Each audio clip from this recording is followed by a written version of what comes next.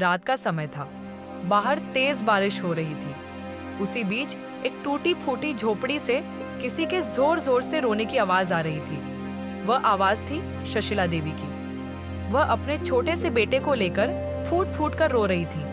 उनके पति का देहांत हो चुका था और अब उन्हें समझ नहीं आ रहा था कि अकेले वह अपने बच्चे को कैसे पालेंगी, क्या खिलाएंगी, कैसे जी पाएंगी। इसी बेचैनी और निराशा के बीच अचानक उन्हें याद आया कि पहाड़ों पर मिलने वाली नकुमत मिट्टी को बाजार में बेचकर कुछ पैसे कमाए जा सकते हैं। यही सोचकर उनके दिल में थोड़ी उम्मीद जगी। शायद इसी तरह घर का गुजारा चल जाए, अपने बेटे को पाल सकूं। अगले ही दिन सुबह सुबह वह उठकर पहाड़ पर गईं। नकुमत मिट्टी इकट्ठा की और उसे बाजार में बेचने लगी। धीरे धीरे उनका यही काम रोज का सहारा बन गया। समय बीतता गया, साल गुजर गए। उनका बेटा अंकित अब बड़ा हो गया था और शादी के लायक हो चुका था। सुशीला देवी ने अपने बेटे के लिए एक सरल, संस्कारी और मेहनती लड़की ढूंढी, अंकिता। दोनों की शादी धूमधाम से हो गई और घर में फिर से रौनक लौट आई। कुछ दिनों बाद एक दिन अंकिता ने देखा कि घर में खाने के लिए कुछ खास नहीं है। उसी समय उसकी नजर सास के कमरे में रखे मिट्टी के थैलों पर पड़ी। वह पास गई और बोली, ये क्या चीज है? अरे वाह, ये तो नकुमत मिट्टी है। मैं तो इसे बचपन में बहुत छुप छुप कर खाती थी, पर बड़ी होने पर ये सब मिलना बंद हो गया। आज इतने दिनों बाद दिखी है, क्यों ना थोड़ा सा छक लूं। अंकिता ने तुरंत एक छोटा सा टुकड़ा उठा लिया और जैसे ही उसने मुख में रखा, उसका चेहरा खिल उठा। वह वही पुराना स्वाद, अब वही खुशबू, बचपन की वही आदत। बस उसी दिन से अंकिता रोज छुप छुप कर नकुमत मिट्टी खाने लगी। किसी को कुछ पता नहीं था। कुछ दिनों बाद जब उसके छुपाए हुए मिट्टी के टुकड़े खत्म हो गए और उस दिन सास भी बाजार नहीं गई थी, तो वह बेचैन होने लगी। नकुमत मिट्टी का स्वाद और खुशबू बार बार उसे याद आने लगी और वह बिना खाए रह भी नहीं पा रही थी। आखिरकार वह झिझकते हुए सास के पास गई और बोली, माँ जी, क्या थोड़ी सी नकुमत मिट्टी मिल जाएगी? मेरे पास खत्म हो गई है। सुशीला देवी ने सोचा शायद वह बालों में लगाने के लिए मांग रही होगी, इसलिए बिना कुछ पूछे दे दी। अंकिता मिट्टी लेकर अपने कमरे में गई और फिर से खाने लगी। अब तो वह रोज मांगकर भी खाती थी और छुप छुप कर भी। धीरे धीरे उसे इतना चाव हो गया कि दिन रात वह बस नकुमत मिट्टी ही खाने लगी। अब यह व्यवहार सास की नजर में आ गया। एक दिन उन्होंने हैरानी से पूछा, बाहू, तू नकुमत मिट्टी का क्या करती है? रोज रोज क्यों ले लेती है? अंकिता ईमानदार स्वभाव की थी। वह झूठ नहीं बोलती थी। उसने सारा सच बता दिया। सुनते ही सास चौंक गईं। क्या तू नकुमत मिट्टी खाती है? अरे ये शरीर के लिए अच्छी नहीं होती। कभी कभी खा ले तो चलेगा, पर रोज मत खाया कर।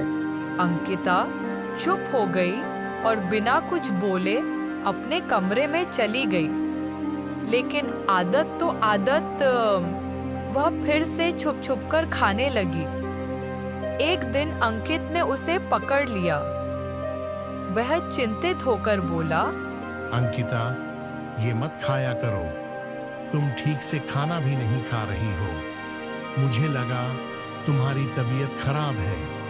मुझे तो तुम्हें डॉक्टर के पास ले जाने का मन था, पर अब समझ आया तुम नकुमत मिट्टी की वजह से पेट भर लेती हो और खाने की जगह ही नहीं बचती।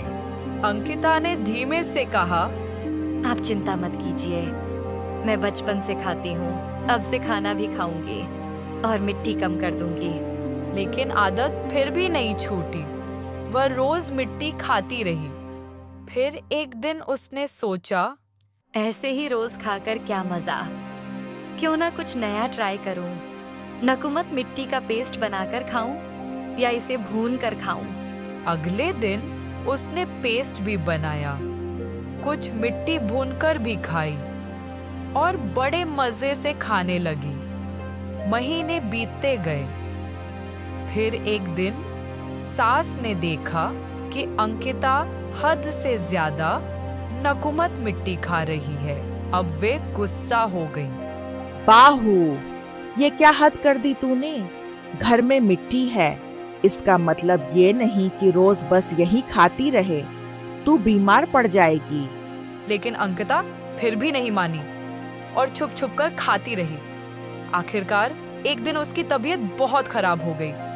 वह 2-3 दिन दर्द सहती रही, पर किसी को कुछ नहीं बताया। जब हालत बहुत बिगड़ गई तो मजबूर होकर उसने सास को बताया। सुनते ही सास उसे तुरंत अस्पताल ले गई, दवाइयां लेकर आई और प्यार से खिला दी। कुछ ही देर में अंकिता को थोड़ा आराम मिला। सास ने उसे समझाया, समय से खाना खाया कर, दवा भी ले और नकुमत मिट्टी अब बिल्कुल नहीं। उस दिन पहली बार अंकिता को अपनी गलती का एहसास हुआ। वह रो पड़ी और बोली, माँ जी, अब मैं कभी नहीं खाऊंगी, बस आप नाराज मत होना। उस दिन से उसने हमेशा के लिए यह आदत छोड़ दी। वह अपने परिवार के साथ खुश खुश रहने लगी। तो दोस्तों, अगर आपके आसपास भी कोई ऐसा हो जिसे स्लेट, नकुमत मिट्टी, मुल्तानी मिट्टी, चौक या ऐसी चीजें खाने की आदत हो, तो उसे जरूर समझाएं, क्योंकि यह आदत शरीर के लिए खतरनाक हो सकती है। और यदि आपको यह कहानी पसंद आई हो तो नीचे टिप्पणी करें, हमारे चैनल को जरूर सब्सक्राइब करें और घंटी वाला आइकन दबाना बिल्कुल न भूलें, ताकि नई कहानियों की सूचना सबसे पहले आपको मिल सके। बहुत समय पहले की बात है। एक छोटे से गांव में एक गरीब लड़का अर्जुन रहता था। अर्जुन के पास दुनिया भर की खुशियां नहीं थीं, लेकिन उसकी मेहनत और ईमानदारी से भरी जिंदगी थी। वह दिन रात खेतों में काम करता और अपने परिवार की देखभाल करता था।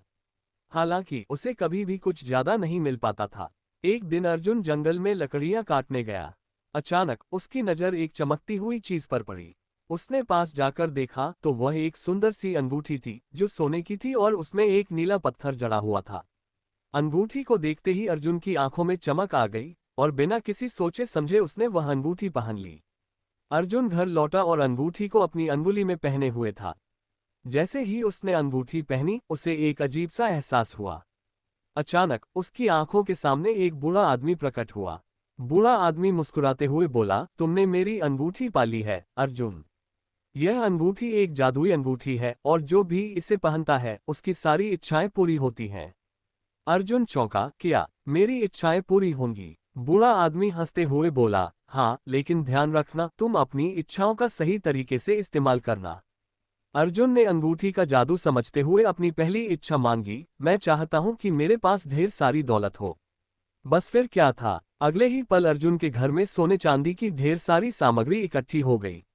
वह धनवान हो गया, लेकिन अर्जुन को जल्द ही एहसास हुआ कि ये दौलत उसे खुशी नहीं दे रही थी। उसके रिश्तेदार और दोस्त अब केवल उसके धन के लिए उसके पास आते थे, न कि उसकी ईमानदारी या मेहनत के लिए। अर्जुन को ये समझ में आया कि असली खुशी पैसे में नहीं होती। अर्जुन ने अंगूठी को फिर से पहनते हुए अपनी दूसरी इच्छा मांगी, मैं चाहता हूं कि सभी लोग मुझसे सच्चा प्यार करें। तभी उसकी अंगूठी से एक चमक निकली और लोग अचानक उसे सच्चे दिल से पसंद करने लगे। मगर अर्जुन को ये भी महसूस हुआ कि लोग उसके प्यार में नहीं, बल्कि उसकी इच्छाओं के जादू में मोहित थे। उसकी यह खुशी भी कुछ अधूरी सी महसूस होने लगी। अर्जुन को अब समझ में आ गया कि बाहरी चीजों से असली संतोष नहीं मिलता। उसने फिर से अपनी तीसरी और आखिरी इच्छा मांगी, मैं चाहता हूं कि मैं जो भी करूं वह सच में दूसरों के भले के लिए हो और मैं कभी भी लालच या स्वार्थ से प्रभावित न हूं। अर्जुन की तीसरी इच्छा पूरी हुई। उसकी जीवन शैली बदल गई। वह न केवल दूसरों की मदद करने लगा, बल्कि उसने अपनी सारी दौलत और जादुई अंगूठी भी गरीबों में बांट दी। उसने सच्चे सुख और संतोष को महसूस किया। अब अर्जुन खुश था, क्योंकि वह जान गया था कि असली खुशी बाहरी चीजों में नहीं, बल्कि दिल की शांति और दूसरों के भले में है। सीख, जीवन में खुश रहने के लिए धन, प्रसिद्धि या जादुई शक्तियां जरूरी नहीं होती। असली सुख और संतोष दूसरों की मदद करने, प्यार और ईमानदारी में ही छिपा होता है।